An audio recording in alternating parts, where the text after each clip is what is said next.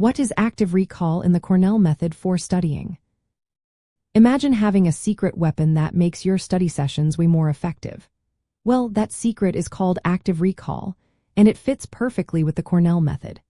The Cornell method is a note-taking system that divides your page into 3 parts: a big right column for detailed notes, a narrow left column for questions or keywords, and a small section at the bottom for summaries.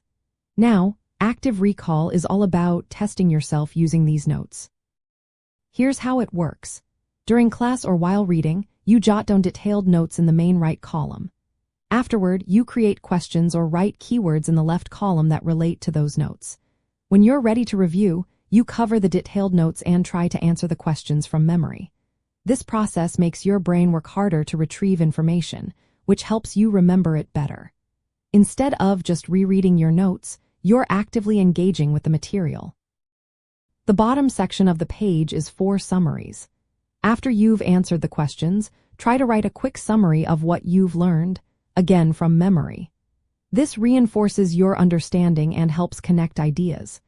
Repeating this process over time, especially with spaced repetition, boosts your long-term memory and prepares you well for exams.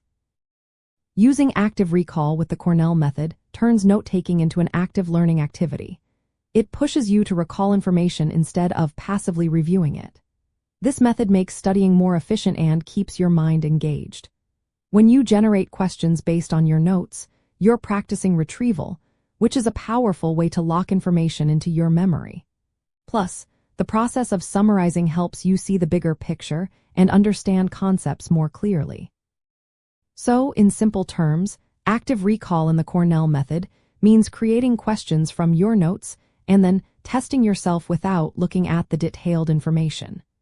It turns your notes into a tool for active learning, making your study time smarter and more productive. This technique is easy to implement and can really help you remember what you learn and do better on tests.